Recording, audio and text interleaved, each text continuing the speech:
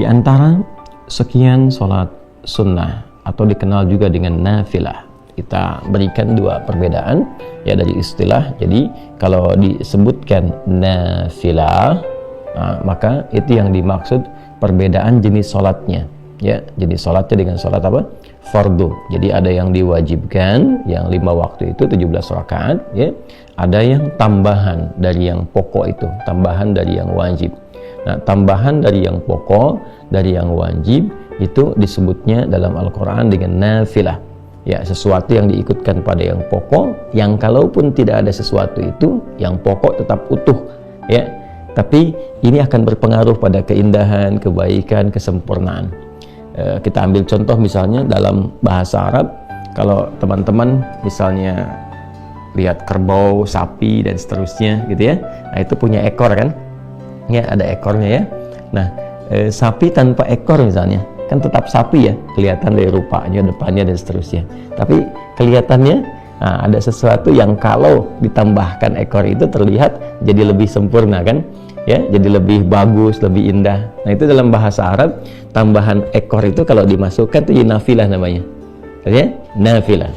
Baik, jadi sesuatu yang bertambah pada yang pokok, ditambahkan pada yang pokok, yang dengan tambahan itu menjadikan kesempurnaan itu menjadi bertambah, lebih baik, lebih bagus ya, disebut dengan apa?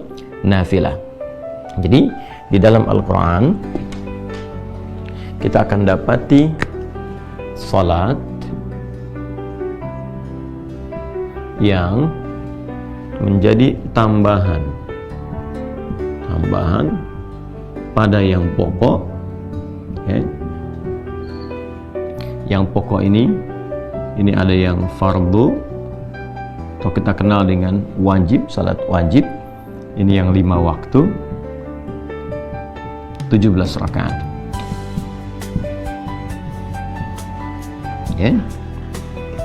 Sementara yang dimaksudkan tambahan dari yang pokok, harap digarisbawahi, bukan menambah bilangan yang pokok ya, dari 5 jadi 6, dari 17 misalnya jadi 18 atau 20, tidak, bukan itu yang dimaksudkan. Tambahan dari yang pokok itu disebut dengan nafilah ya, ya.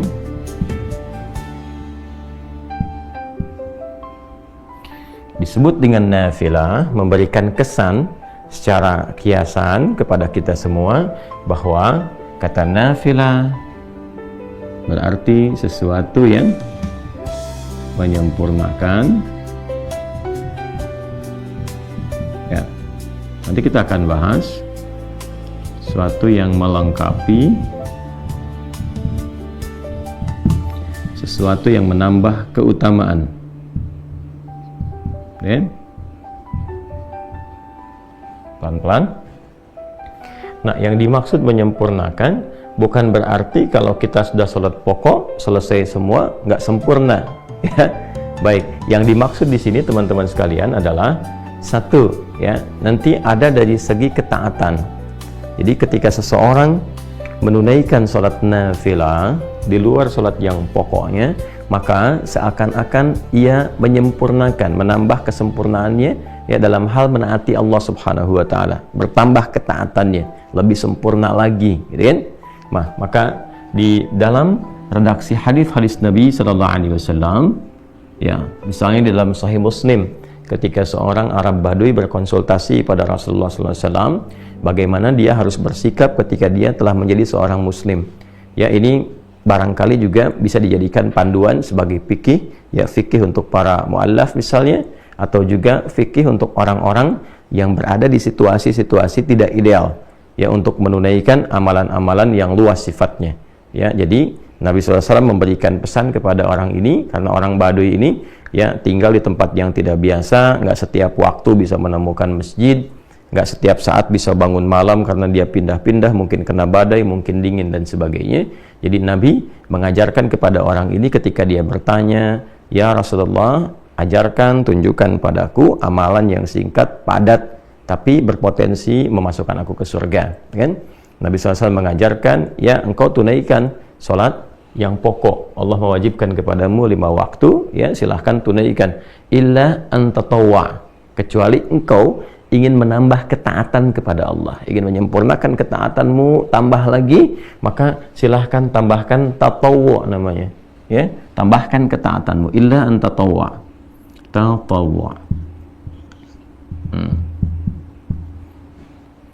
Nah, tatawwu ini berbentuk sifat, ya, asalnya dari kata taat, ta'atun.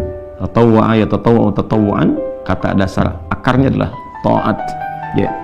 Jadi ketika seorang menambah ketaatannya kepada Allah dengan menambahkan amalan-amalan di luar yang pokok, di luar yang fardu, seperti hadis tadi ketika Nabi mengatakan kalau engkau pengen tambah ketaatan silahkan tunaikan yang sunnah-sunnah, ya. Maka dengan menambah tambahan-tambahan di luar yang pokok itu, dia sedang menyempurnakan ketaatannya kepada Allah Subhanahu wa taala. Jadi salat nafilah di luar salat pokok disebut dengan nafilah karena menyempurnakan ketaatannya kepada Allah Subhanahu wa taala.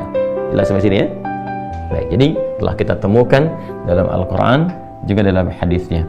Dalam Al-Qur'an tentang nafilah, kita langsung turunkan Quran di pokoknya surah ke-17 misalnya, Al-Isra di ayat yang ke-79. Wa minal laili fatahajjad bihi nafilatan laka.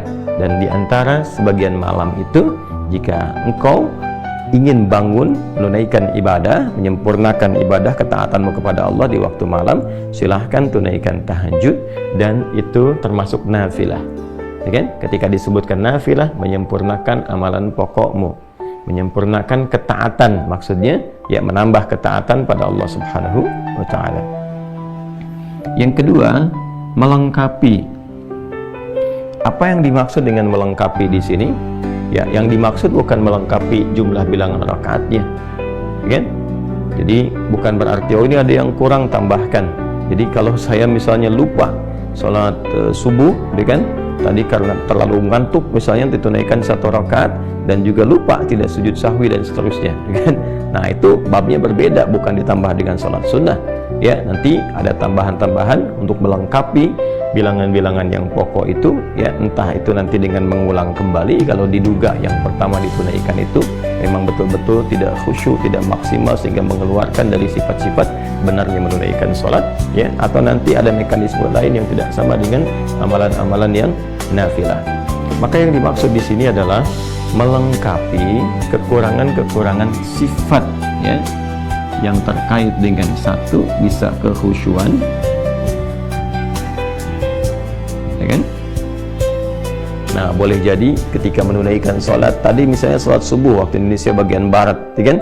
Ya, ada dari kita 2 rakaat itu dapat khusyuknya misalnya 1,5 rakaat. Nah, sebagiannya ada yang menerawang kemana dan sebagainya, ya kan? Ya, ada yang dapat khusyuknya misalnya 1 rakaat dan sebagainya. Nah, yang menyempurnakan, melengkapi dalam konteks ini kekhusyuan yang dimaksudkan, sehingga pahala yang didapatkan ya tetap disempurnakan dengan amalan-amalan ini, kurangnya dicari dengan nafilah, Nah, inilah fungsinya disebut dengan nafilah, menyempurnakan, melengkapi ya nilai-nilai yang terdapat dalam amalan fardu yang dirasakan kurang, seperti halnya apa?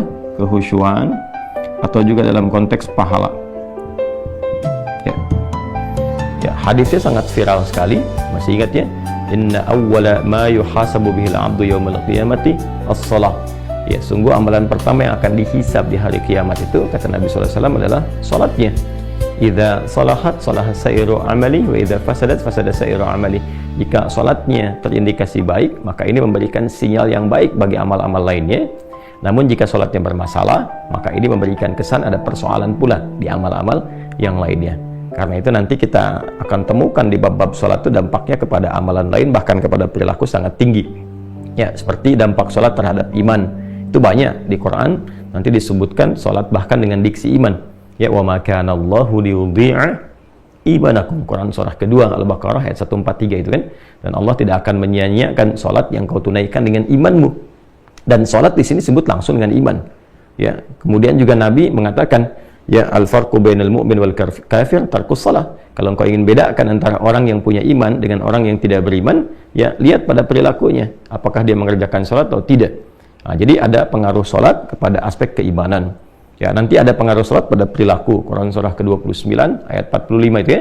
Innas salata tanha 'anil fahsya wal munkar. Jadi kalau seseorang itu benar menunaikan salatnya, bagus dia, maka akan terlihat dampak perilaku pada kehidupannya. Orang salat lebih baik perilakunya, lebih tertata, dia beraktivitas, lebih bisa menjaga bagian tubuh dia dari ujung kepala sampai ujung kaki. Intinya dia banyak berbuat kebaikan. Sehingga dari kebaikan ini dia bisa mengatur amal-amal turunan yang lainnya. Udah pasti tuh kalau sholatnya benar, dia pasti bercita-cita pengen haji, pengen umrah, dia pasti ingin berzakat, kan? Dia pasti ingin dekat dengan Al-Quran. Jadi modal pertamanya sholat. Itulah sebabnya kenapa anak-anak di usia 7 sampai 10 tahun pendidikan dasarnya sholat. Ya, bukan manasik ya. Walaupun tidak salah anak-anak TK, SD diajarin manasik, tapi yang diperkuat sholatnya dulu ya. Sholatnya dulu itu yang fokusnya, teman-teman sekalian. Nah, kembali ke sini ya. Dari hadisnya nanti kalau kita akan teruskan, ketika seorang hamba terlihat bahwa dalam sholat pokok yang ia tunaikan itu ada yang kurang maksimal dari kehusyuannya, sehingga pahala yang diraih pun tidak optimal, maka Allah perintahkan kepada malaikat untuk melengkapi itu semua dengan catatan sholat-sholat nafilahnya ya, sholat-sholat apa? Nafilahnya. Nah, karena itulah kemudian dalam konteks ini sholat-sholat yang nafilah yang menyempurnakan ketaatan kepada Allah Subhanahu wa Ta'ala juga dihukumi dengan sunnah. Nah, sunnah. Jadi kalau kita ngaji ya di turunan bab fikih, khususnya dimasuk di bab usul fikih ya, jadi nanti di fikih itu produk hukumnya, bagaimana kita mengonstruksikan dalil-dalil menjadi sebuah produk hukum. Al-Quran itu kan dalil hukum, hadis dalil hukum, nanti ada ijma', ada qiyas ya. Ketika kita mendapatkan satu persoalan, melihat sumber hukumnya.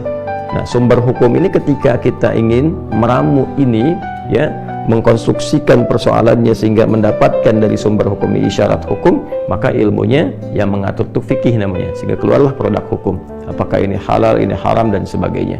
Tentu merumuskan ini nggak sembarangan, ada petunjuknya. Di Islam itu lengkap sekali. Jadi ada langsung petunjuknya dari Nabi Sallallahu Alaihi Wasallam. Begini cara merumuskannya, seperti ini cara menetapkannya, menentukannya, dan sebagainya. Dari mulai bagaimana Nabi memberikan penjelasan untuk memahami tafsir Al-Quran, lalu menerangkan kepada kita dan menunjukkan begini menafsirkan dan mempraktekannya lewat hadis, dan setelah itu menguji sahabat bagaimana kemampuan mengkonfigurasikan dan memitigasikan persoalan-persoalan untuk diberikan pandangan hukum. Ya, seperti kasusnya sahabat Mu'adz bin Jabal radhiyallahu taala anhu ketika beliau diutus ke Yaman oleh Nabi sallallahu alaihi wasallam untuk menyampaikan dan menebarkan risalah Islam. Maka kepada Mu'adz bin Jabal, Nabi mengetes beliau sebelum berangkat, ya, mencoba untuk mengkonfigurasikan pemahamannya benar nggak ketika berangkat ini, dites dulu. Nah, itulah tugasnya para dai sebelum berangkat tuh, lengkapi diri dengan pengetahuan, kemampuan juga untuk memahami sumber-sumber hukum Islam. Ya, sehingga Nabi memastikan kalau engkau nanti ingin memutuskan perkara, bagaimana caramu melakukannya. Maka kata Mu'adz, saya akan melandaskan semua apa yang akan saya jawab itu, pertama saya lihat sumber hukumnya dari Al-Quran.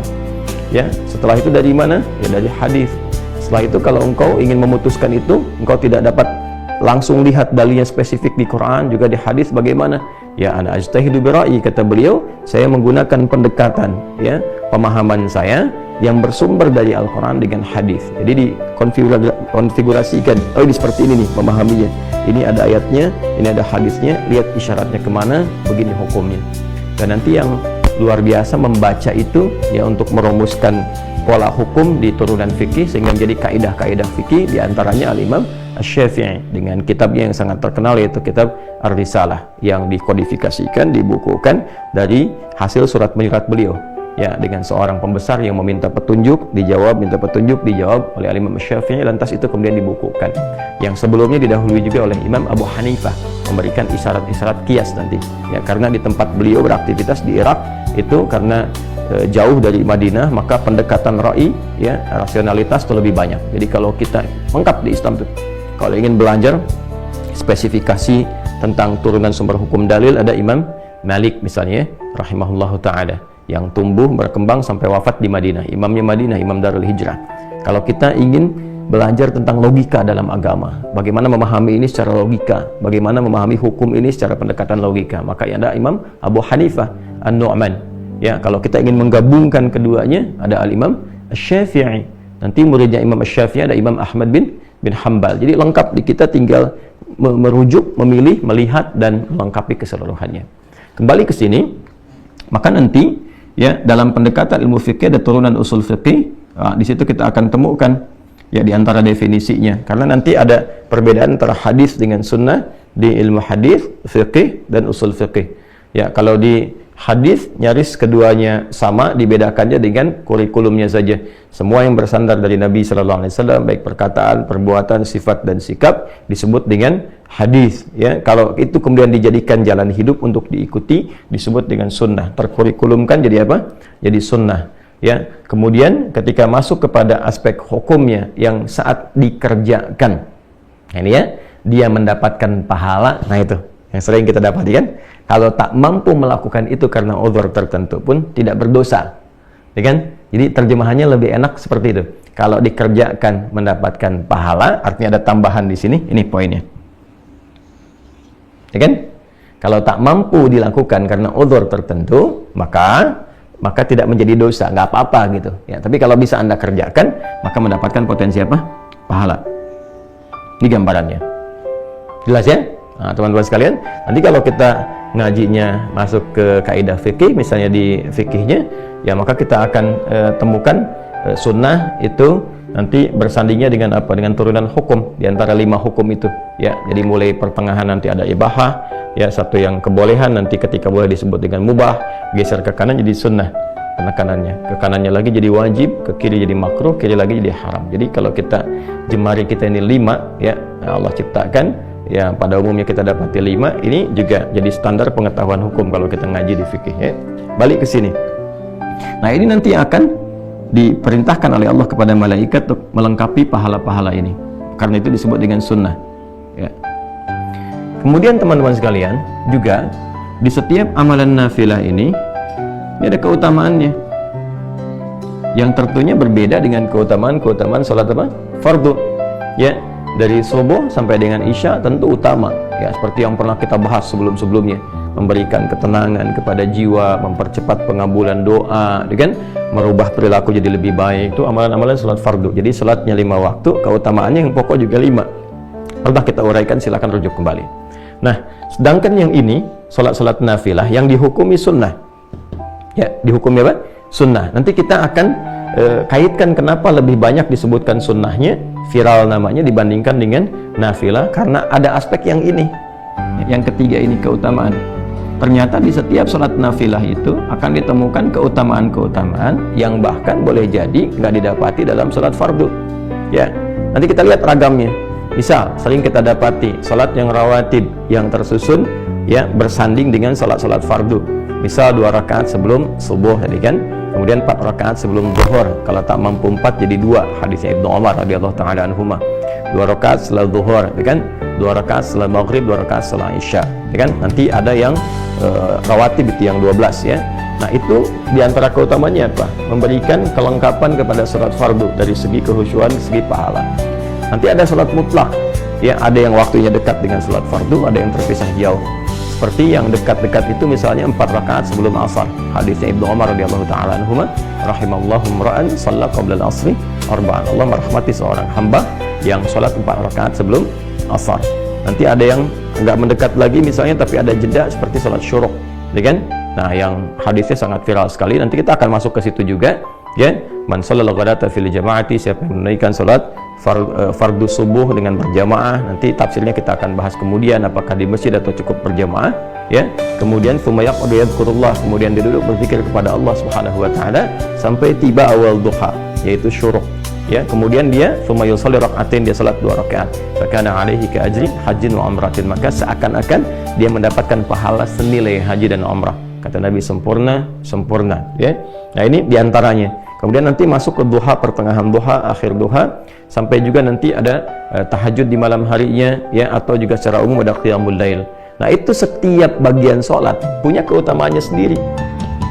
Apa fadilahnya sholat syuruk, apa pertengahan duha, apa akhir duha, apa keutamaan tahajud dan seterusnya. Nah, jadi di setiap amalan-amalan, kenapa disebut dengan nafilah, ya, memberikan kesan bahwa ada sesuatu di dalam yang menyempurnakan, ada sesuatu yang dalam yang melengkapi, ada keutamaan yang boleh jadi nggak diraih di dalam sholat fardu karena urusan-urusan tertentu, ya, tambahan-tambahan tertentu. Baik, nah bukan berarti wah kalau begini saja berarti untuk apa mengerjakan yang fardu kalau nggak dapat ini. Tidak, cara berpikirnya bukan demikian.